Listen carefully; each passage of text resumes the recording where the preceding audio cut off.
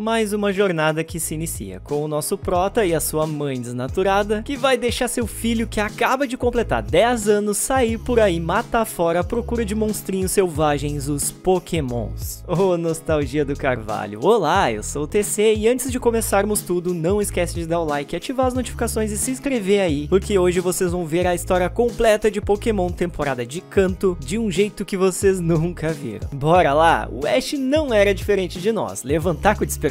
Nem pensar. Ainda mais depois de ter ficado ansioso na noite anterior. Como resultado, ele acaba chegando muito atrasado. E já na porta do laboratório, ele conhece o seu grande rival, o Gary, o cara chato. Ele tava lá, se exibindo por ter recebido seu primeiro Pokémon. Vocês que também se atrasam toda hora, sabem bem, né? Adivinha? O Ash perdeu o sorteio do bife. Nesse caso, a escolha mais importante de toda a vida. Não sobrou nenhum pra ele escolher. Então o professor decidiu como última opção lhe dar esse Pokémon, o Pikachu, que por sinal não era nada obediente. A mãe dele, que preparou uma festa por ter se livrado, quer dizer, uma festa de despedida para sua jornada, lhe deu tudo que ele precisava e assim ele partiu. O objetivo era capturar muitos Pokémons logo de cara. Adivinha qual foi o primeiro a encontrar nos matinhos? Sempre ele, um Pidgey. E logicamente ele não conseguiu capturar. Olha bem se ele ia conseguir tacar uma pedra num Pokémon. E bom de mira ele, só que era um Spearow. Aí já viu, veio um bando deles, o Pikachu tomou um couro, ele roubou a bicicleta de uma pescadora aleatória que a gente já vai falar direito dela, até que quando ele não conseguia mais fugir, ele se coloca para proteger o Pikachu. E o Pikachu, vendo aquilo, frita geral com um super choque, proporcionando assim o fim da perseguição, do temporal e a aparição de um misterioso Pokémon junto a um arco-íris. Chegando a um centro Pokémon, ele tomou um senhor sermão da enfermeira Joy, a primeira paixão de muitos adolescentes da época, mas no fim conseguiu salvar o Pikachu. Ou não também, porque surgiram os verdadeiros vilões, a equipe Rocket. Pensa uma galera teimosa, porque eles teimam em querer roubar o Pikachu do Ash. Agora sim, voltando a focar na jornada, a dona da bicicleta, a Misty, decide seguir ele até receber outra bike. Vai receber nunca. E na próxima floresta, o Ash captura um pequeno Caterpie. Depois ele usa ele para capturar um Pidgeotto, sim, ele usou uma lagarta para capturar um pássaro fortão. Para não ver o seu novo amigo virando lanchinho, o Pikachu decide ajudar e mete um chocão nele. E assim o Ash tem mais um Pokémon. Depois de quase morrer em sua luta, o Caterpie evolui para nos fazer sofrer. Vocês já vão entender por quê. Já que logo após ele encontra o seu primeiro desafiante. E aí a gente acaba presenciando a batalha mais sangrenta da história de Pokémon. Sangrenta para os nossos olhos.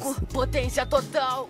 O Ash de novo faz mancada, vão contando, e perde o seu Metapod. Arruma a encrenca com uma porrada de Beedrills e pra salvar todo mundo, o Metapod se torna uma poderosa Butterfree. Mas não pensem que é só essa barbada, o Ash precisa passar pelos ginásios e ganhar insígnias pra poder lutar na Liga Pokémon. E logo no primeiro ginásio, adivinha, ele toma um couro. Também olha o confronto, Pikachu versus Onix. Mas aí conta com a sorte em uma revanche, bota sorte nisso e consegue derrotar o Onix com a ajuda do sistema anti-incêndio. Ele desiste da batalha, mas recebe mesmo assim a insígnia do Brock, que decide seguir ele também nessa jornada. Aliás, ele também não termina a batalha do segundo ginásio, que foi justamente contra a Misty e os seus Pokémons de água, mas também recebe a insígnia por proteger todos da equipe Rocket. Depois ele encontra um marombeiro dos Pokémons e na próxima floresta, louco para capturar mais um Pokémon, encontra um Bulbasaur poderoso. Ele protege os outros Pokémons que estão frágeis. Porém, depois dele ver o Ash salvar todos, adivinha, da equipe Rocket, ele o convence para os dois batalharem e assim ele captura o Bulbasaur. Logo depois é a vez dele encontrar o Charmander, que estava lá, esperando pelo seu dono. Mas na verdade, o dono dele tinha o abandonado. O Ash e o Brock, revoltados depois de descobrir a atitude desse bunda mole, voltam lá e o resgatam da chuva, o salvando assim da morte certa. Depois de recuperar,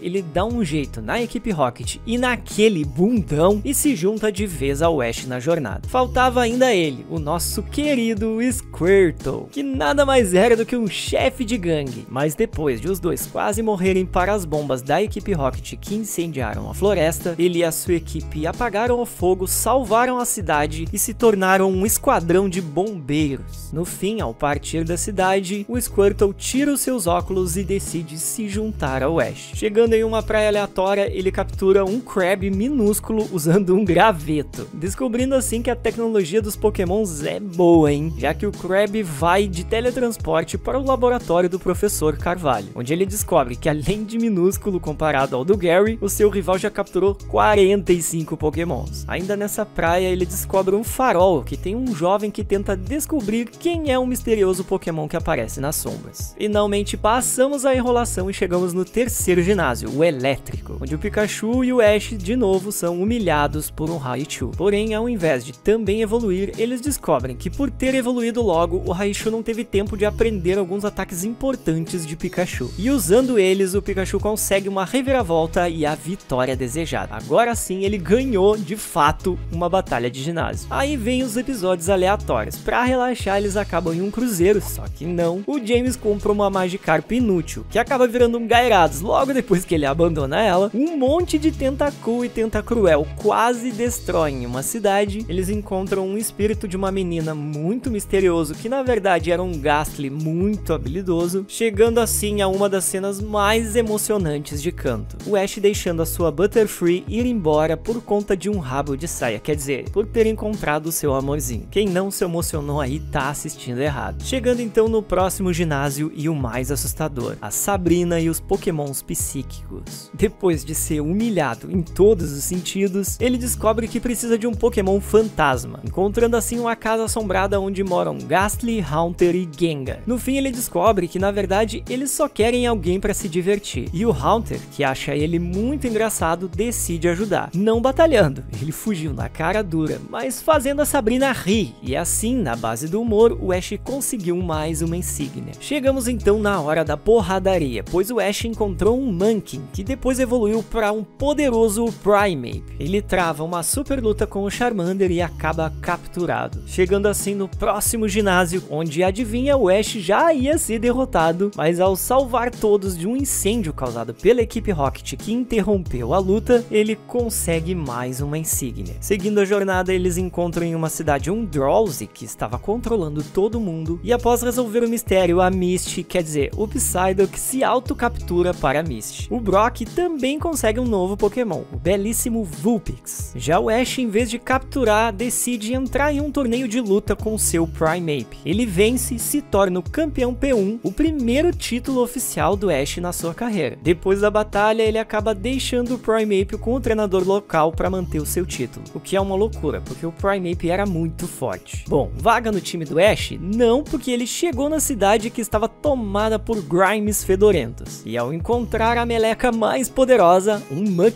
ele decide o capturar. E apesar dele ser muito fedorento, é um Pokémon muito subestimado do Ash, tá? Ele é muito poderoso. Finalmente chegamos a mais um ginásio, o dos ninjas, o pior ginásio de todos. E adivinha, a luta de novo foi interrompida por quem? Pela equipe Rocket. Mas aí num segundo round, ele fez churrasco do Golbat inimigo e ganhou a insígnia da alma. Chegando assim em um episódio muito bom, a Corrida Pokémon, onde o Ash assume o lugar da Lara correndo com a sua Ponyta, que apesar de um monte de roubo no meio da corrida, ela acaba evoluindo para Rapidash, ganhando a corrida e dando assim o segundo título esquecido para a carreira do Ash. Aí tivemos uma penca de episódios aleatórios, onde a gente conheceu Pokémons como Kangaskhan, Golem, o curioso Ditto, chegando assim em outro episódio emocionante, onde eles encontram uma galera de Pikachus, se envolvem com a equipe Rocket, e ao ver o seu Pikachu protegendo todos os outros, ele decide deixá-lo lá para cuidar dos demais. Aí é para deixar todo mundo maluco, né? Porém, depois de fazer todo mundo chorar, o Pikachu o segue e eles seguiram a jornada juntos. Em mais um episódio, a gente conhece o Eevee e as suas Eevee Evolutions. Podemos ver o quanto o Psyduck é poderoso, e a dúvida cruel de evoluir um Eevee não é só a gente que tem. Na próxima vila, o rio secou e o mistério por trás é justamente um gigante Snorlax. Podemos conhecer depois uns dos mais legais Pokémons, o Scyther e o Electabuzz, e um dos maiores memes de todos, o Pikachu e o seu Ketchup.